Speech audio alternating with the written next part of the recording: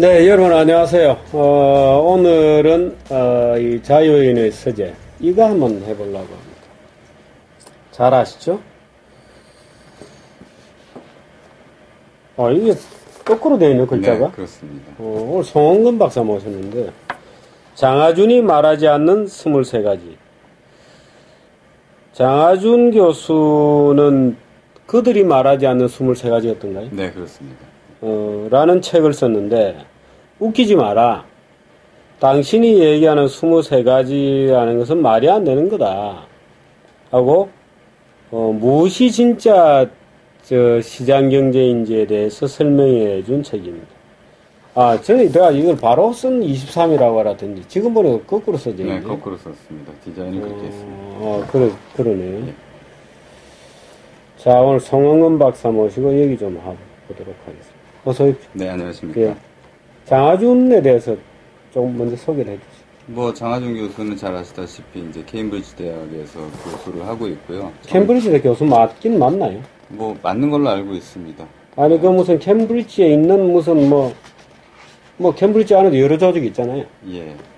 거기 밑에 어디 하부 조직에 또 그런 거 아닌가? 그런 건 아니고요. 케임브리지 대학에서 경제 발전론을 강의하는 걸로 제가 알고 있습니다. 예. 예. 누가 또 아니라고 또 주장하는 분이 또, 저인데 이력서를 정확하게 확인해 봐야 된다. 말하자면 우리나라는 꼭 어디에 한국 교수는 시원찮아도, 네. 예를 들어서 누가 하버드 가서 강의했다 이런 굉장한 거로 또 네, 치주지 그렇습니다. 않습니까? 예. 이상한 또, 이 컴플렉스들이 있어요. 학력사회 하지 말자고 늘 주장하는 사람들일수록 오히려 굉장히 무슨 말하자면 미국에서 교수했다고 하더라 이런 또 굉장히 치주고 그런 경향이 있습니다. 장하준 교수는 어떻든 우리 시대의 극좌는 아니죠. 네, 그렇습니다. 극좌는 아닙니다만은 정부 개입을 정당화하고 또 마치 스웨덴 같은 복지사회가 가능할 것처럼 얘기하는 또 공동체주의적인 어떤 국가 개입을 정당화하는 논리의 일종의 이론적인 베이스라고 할까 그런 기능을 하고 있습니다. 사회적으로. 예, 그렇습니다. 제가 보기에도 장하준 교수는 마르크스, 케인즈 다 섞여 있는 사람이고요. 기본적으로 설계주의자고 모든 경제 문제라든가 세계 경제 문제까지 몇몇 개인이 설계를 해서 잘 만들어갈 수 있다 이렇게 생각을 하는 사람 같습니다. 거기다가 그러다 보니까 얘기가 나오는 것이 선진국, 개도국의 문제도 좀 다르게 해석을 하고 있고 그 다음에 개도국 발전을 위해서는 산업정책이 필요하다. 산업정책, 보호무역정책을 아주 강조하는 사람이고요. 근데 제가 이 책을 쓰다 보니까 느낀 점은 제가 지금 장하준 교수를 도와주고 있더라고요.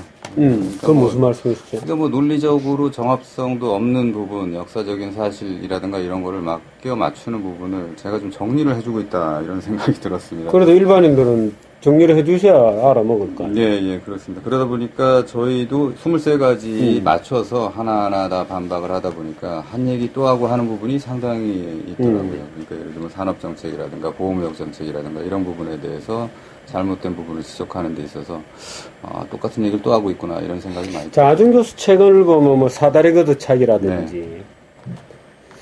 근데 장하준 교수 책에 보면 부분에 아주 재밌는 에피소드들이 많아요. 네, 그렇습니다. 그래서 그 부분은 아주 또 들을 얘기가 있고 또 옳은 또 어떤 팩트들이 쭉 있고 네. 근데 그것을 쭉 모아서 결론 쪽에 가면 엉뚱한 데가 있어요. 네, 그렇습니다.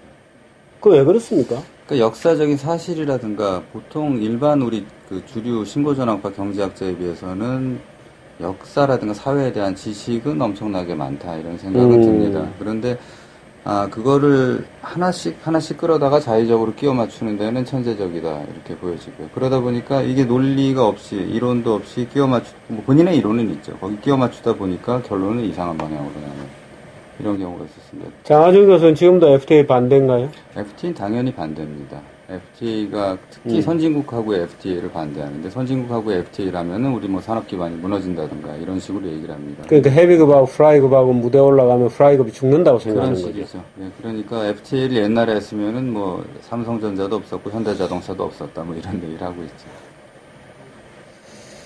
참 특이한 현상이에요. 하나하나 좀 같이 보시기로 예, 하죠. 예. 23가지를 다 논박을 하셨습니다. 네, 그렇습니다. 이거 제가 혼자 한 게 아니고요. 예. 저희 연구원에 같이 있던 강성원 박사.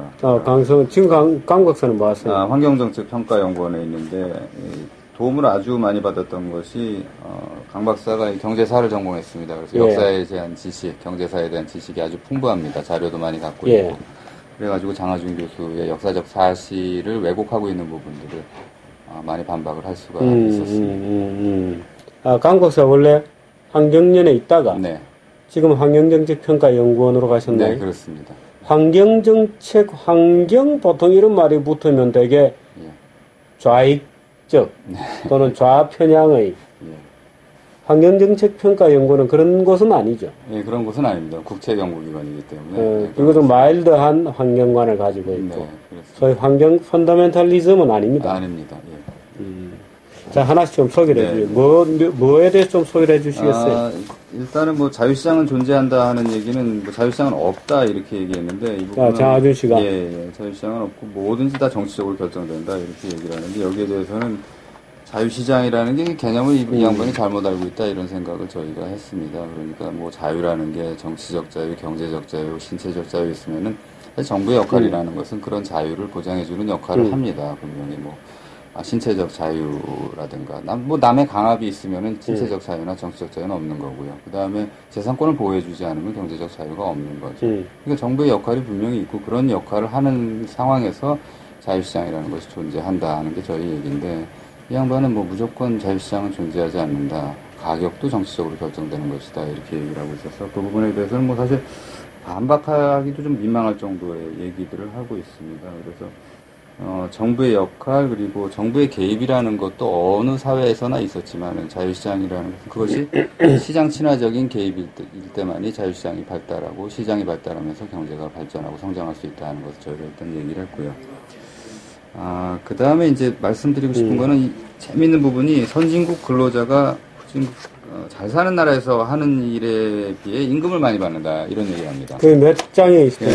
그게 23가 중에 세 번째고 번째입니다. 예. 그 네. 인도 뭐 버스 운전사 그렇습니다. 스웨덴 버스 운전사 이런 거죠. 예, 그 얘기입니다. 그래서 인도의 버스 운전사가 스웨덴의 버스 운전사보다 운전 기술이 훨씬 좋은데도 불구하고 스웨덴의 버스 운전사가 왜 더 받냐? 왜 더 받냐 이 얘기를 하는 거거든요. 예. 그러니까 저희 생각에는 뭐 생각이 아니라 기본적으로 임금이라는 게 시장에서 결정될 때는 생산성과 그 다음에 가치가 있습니다. 그 물건에 대한 가치, 상품에 대한 가치. 예를 들면 경제학에서 배우지만은 value of marginal product다. 그게 임금이거든요. 그러니까 마지널 그 노동의 한계 생산성에다가 가치를 곱한 게 임금이 되는 거죠. 그러니까 자기가 아무리 똑같은 일을 하더라도 시장에서 인정을 해주지 않는 상품을 생산한다면 임금을 많이 받을 수가 없는 거고요. 그러니까 인도의 버스 기사가 아무리 그 운전 기술이 좋다고 하더라도 그 사람이 뭐 시장에 기여하거나 다른 사람의 어떤 선호에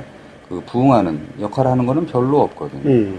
그리고 이 스웨덴 같은 경우는 일단 인프라가 잘 갖춰져 있고 그런 사람들이 운전을 똑바로 하면은 그것이 이제 시장에서 인정을 받아서 가격을 그 임금을 받는 건데 그걸 갖고 그러니까 이분이 생각하는 거는 그거 같습니다. 노동이라는 것은 어떤 절대적인 가치가 있는 것이고 거기에 따라서 일한 만큼에 대해서 돈을 받아야 된다, 임금을 받아야 된다. 근데 그것이 아니라 저희가 생각하는 거는 선진국 근로자가 후진국 근로자보다 더 임금을 많이 받는 것은 생산성이 높기 때문이고 그런 직종에 대한 수요가 많기 때문에 시장에서 가치를 인정해 주기 때문이다. 이렇게 말씀을 드릴 수가 있는 거죠. 그러니까 혹시 송 박사 골프 치세요? 골프를 잘 못 칩니다. 골프장에 요즘 가면 캐디를 구하기 어렵거든요. 네네. 그래서 어떤 골프장에서 이 캐디를 외국인 근로자로 써봤어요. 네. 어떻게 되었을 것 같아요?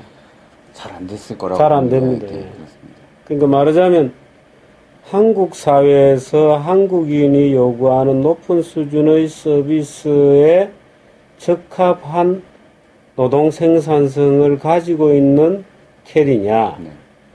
아니고 그저 백만 메고 따라다니는 사람이냐가 전혀 다른 노동이거든요. 네네. 근데 그걸 예를 들어서 뭐 중국에서 이제 캐디들이 이제 수입을 해서 썼는가 봐요. 그러니까 뭐 굉장한 클레임이 걸려고 다 그만뒀대요. 그래서 지금 캐디를 못 구해서 아마 그런 것 같은데, 사실 노동이라고 비슷해 보이지만 다 똑같은 것은 아니죠. 그렇습니다. 미세한 차이들이 존재하죠. 말하자면 후진국의 변호사냐 선진국의 변호사냐 하면 벌써 이제 서비스 자체가 달라지죠. 네. 공무원도 마찬가지고. 근데 그걸 같은 성격이니까 같은데 왜 돈은 차이가 나게 받느냐 하고 이제 시비를 삼은 거죠. 예, 그렇습니다. 그러면서 장하준 교수가 주장한 거는 노동시장, 그러니까 이민 제한을 풀면은 그만큼 받을 거다, 후진국 근로자들이. 그런데 저희가 생각을 해보면 저희도 최근에는 아니지만 예전에 보면 이민을 많이 가셨지 않습니까? 미국에 이민을 가면은 예를 들면 여기서 뭐 교사라든가 훌륭한 직종에 계시던 분들이 거기 가서 하시는 일은 뭐 세탁소라든가 그 허드렛 일을 많이 하셨거든요. 지금도 그렇습니다. 후진국에서 어떤 직종, 높은 직종, 그 부가가치가 높다고 생각하는 직종에 있던 분들도 선진국으로 이민을 가면은 그런 일을 못하죠. 밑으로 들어가죠. 예, 그렇습니다. 밑으로 그게 들어가죠. 이제 세탁소 한다든지, 예, 그렇습니다. 교수하다가 식당 한다든지. 예, 그렇습니다. 그런 것들이 분명히 여러 가지 기술 수준도 차이가 나고 자본량도 차이가 나고 노동 규율도 차이가 나기 때문에 생산성이 그만큼 낮은 겁니다. 후진국의 사람들은. 그렇기 때문에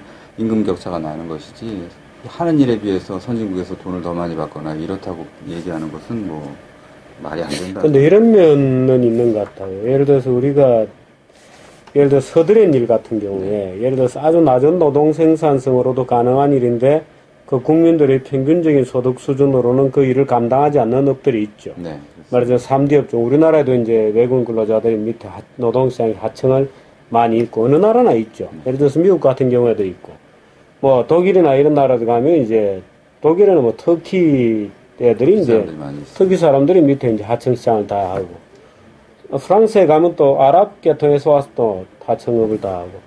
근데 이런 면도 있는 것 같아요. 만일에 오케이 그럼 장하준의 주장을 100% 인정을 한다고 하더라도 사실은 세계화라고 하는 현상이 점차 그런 차이를 좁히고 있는 거죠. 그렇습니다. 근데 정작 본인은 그건 또 부정하잖아요. 네, 그렇습니다. 세계화를 통해서 소위 말해서 요소 가격 균등화 현상이 나타나고 있는. 그게 이제 컨버지라는 거잖아요. 예, 예. 수렴화 현상이 나타나는 거다. 그 중국 애들 잘 살게 되고 인도도 좀 잘 살게 되고. 근데 정작 본인은 그걸 세계화를 부정해요. 세계화를 통해서 격차가 확대됐다고 하는데 전혀 격차가 확대되질 않았습니다. 세계화가 1970년대, 20세기 후반부터 일어났을 때를 보면은요, 빈곤층 인구, 빈곤층이라고 하면은 하루 1달러 이하로 생활하는 사람들의 비율이 엄청나게 줄어들었습니다. 그거는 뭐 격차가 줄어들었다고. 근데 왜 반대로 생각하는 사람들이 많잖아요. 세계화 때문에 양극화가 더 심해졌다. 양극화가 심해진 부분은, 격차가 확대된 부분은 선진국에 의해서는 볼 수가 있습니다. 예를 들면은, 선진국에서 비숙련 근로자들이 하던 업종들은 대도국으로 많이 아웃소싱이 됐습니다. 예. 그러니까 숙련도가 낮은 근로자들의 경우에는 임금이 정체되고 오르질 않았기 때문에 경제가 발전하면서 소득 격차가 확대돼서 그런 문제가 있습니다만 그런 경우에도 선진국 그 비숙련 근로자들의 경우에도 1980년대 이후에 경제가 안정적으로 성장하면서 분명히 소득 수준은 높아졌죠. 단지 격차가 확대됐다 뿐이죠. 그러니까 지금 장하준 교수나 이런 분들이 얘기하는 것은 이치에 맞지 않는 얘기입니다. 오히려 국가 간 불평등이 확대됐다고 하면은 세계화에 동참하지 않았던 국가들, 예를 들면 우리가 생각하는 북한이나 쿠바라든가 이런 나라들 같은 경우는 오히려 다른 나라들과의 격차가 확대됐습니다. 뭐 중국, 인도가 전 세계 인구의 40%를 차지하고 있는데요. 중국, 인도가 개혁 개방을 통해서 세계 시장에 참여하고 세계화에 동참함으로 인해 가지고 빈곤 인구가 급속히 줄어들었고요. 그러면서 소득 수준도 상당히 늘어났고 요소 가격 균등화 현상도 나타나고 있다, 이렇게 말씀을 드릴 수가 있습니다. 그러니까 세계 전체적으로 보면 평평해지고 있는 그렇습니다. 거죠. 오히려 가운데가 뚱뚱해지고 있는 그렇습니다. 거고. 중산층이 엄청나게. 근데 흔히 이제 이 좌편향의 경제 서술을 보면 무슨 왜 그 유명한 거 있잖아요. 뭐 난장이들이 나타나가지고 뭐 어쩌고 저쩌고 하다가 마지막 뭐 일본인가 되면 뭐 거인이 구름 위에 나타나서 불을 독점한 무슨 그런 그림 비슷한. 그 누구 그림인가요, 그게? 그 그림을 잘 모르겠습니다. 그럼 이상한 그런 것들이 돌아다니면서 마치 세계화 덕분에 빈부격차가 굉장히 양극화된 것처럼 얘기를 하고 거기에 또 속아 넘어가는 머리 나쁜 애들이 있어요. 네. 물론 정규제 TV 시청자들은 그 수준은 이미 다 지나갔습니다. 지나갔습니다만 장하준 교수가 놀랍게도 그런 류의 사고를 쓰고 있는 겁니다. 네, 그렇습니다. 그 사실 중국 인도가 수억 명이 지금 중산층이 늘어났는데 그 사람들이 키가 커져서 그야말로 세계 전체가 오히려 평평해지고 지구는 하느님이 보기에 오히려 굉장히 평평해졌을 터인데 물론 이제 우리나라에서 중간 미들 테크놀로지가 중국으로 가고 네. 이제 그거는 이제 그런 문제죠, 그죠? 네, 그렇습니다. 근데 그걸 마치 세계화 자체에 문제가 있는 것처럼. 네, 세계화의 문제점이라고 생각을 하고 있는 것 같고요. 그 다음에 뭐 지금 이 부분에서 저희가 또 말씀드릴 수 있는 게 이분의 철학이라든가 이런 게 상당히 좀 문제가 몇 페이지로 있다. 지금 갔어요? 이 스팅 5를 한번 보시면은요. 뭐 이게 제목은 이렇게 얘기를 했는데 이분이 얘기하는 거는 사람들은 이기심이라는 걸 굉장히 부정적으로 봅니다. 장하준 교수는. 그래서 그 예를 든 게 뭐냐면은 모든 인간이 자기 이익만을 취한다는 전제로 봉지 밑에 썩은 사과를 끼워 넣는 양심 없는 과일 가게 주인, 소비자를 속이는 상인 이런 사람들 얘기하거든요. 그래서 이기심이라는 건 그렇게 하다가 망하잖아요. 그렇게 하다가 망하죠. 네. 당연히 시장에서 신뢰를 받지 못하기 때문에 네. 망하는데 놔두면은 그렇게 된다고 생각하는 부분이 아이고. 이분입니다. 그리고 오. 그러니까 인간의 행동 동기가 이기심 말고 정직성, 이타심, 신뢰, 충성심 뭐 이런 도덕적인 본성에도 상당 부분 근거하고 있기 때문에 경제를 설계할 때는 이기심만 보고 설계하면 안 된다. 그러니까 기본적으로 이 양반은 설계주의고요. 그 다음에 경제 설계할 때 예를 들면 뭐 인센티브를 준다. 이럴 때 인센티브를 주지 말고 오히려 사실은 이런 얘기는 이데올로기적인 얘기거든요. 이데올로기에 호소를 해서 거기에 맞게 경제를 설계하자 이런 얘기인데. 근데 그렇게 하려면 네. 매일 저녁마다 인간들을 불러다가 혁명적 인간이 되도록 교양 사업을 강화해야 되겠죠. 그렇습니다. 뭐 천리마 운동을 하든가. 북한처럼 되는 네, 거죠. 그렇습니다. 사상을 감시하게 되고. 너는 왜 이기적으로 노냐? 끊임없이 너는 정직하게 놀아야 된다고 이제 혁명 교화 사업을 해야 돼요. 그렇습니다. 뭐 극단적으로 얘기하면 그렇고요. 그러니까 이분은 이제 근본적으로 뭐 사회주의를 하자, 혁명을 하자 이런 얘기는 안 하는데 거기에는 반대한다 이렇게 얘기는 합니다. 근데 기존 자본주의 시장 경제 내에서 잘 컨트롤할 수 있다, 잘 설계할 수 있다 이런 얘기를 합니다만은 그래서 이기심, 뭐 예를 들면 이윤이라든가 아니면 어떤 이익에 근거해서 그 사람한테 인센티브를 주는 거에는 반대하고 오히려 다른 정직성이라든가 이런 도덕적인 본성이 있기 때문에 그거에 근거해서 경제를 설계하자 이런 얘기인데요. 보면은 이데올로기적인 동기부여 방안이라고 볼 수가 있거든요. 그런 부분에 대해서. 근데 이데올로기적인 동기부여 방안은 뭐 아시다시피 뭐 지속적인 경제 성장은 담보할 수가 지속 불가능하죠. 지속 불가능하고요. 언제나 국가 권력의 행사는 강압이나 폭력성이 동반이 됩니다. 소련에서 했던 스타하노프 운동이라든가 북한의 천리마 운동이라든가 결과적으로는 그렇게 가는 그 이제 거죠. 노동 영웅들을 만들어 놓고 그 사람을 따라하기 운동을 벌이면서 말하자면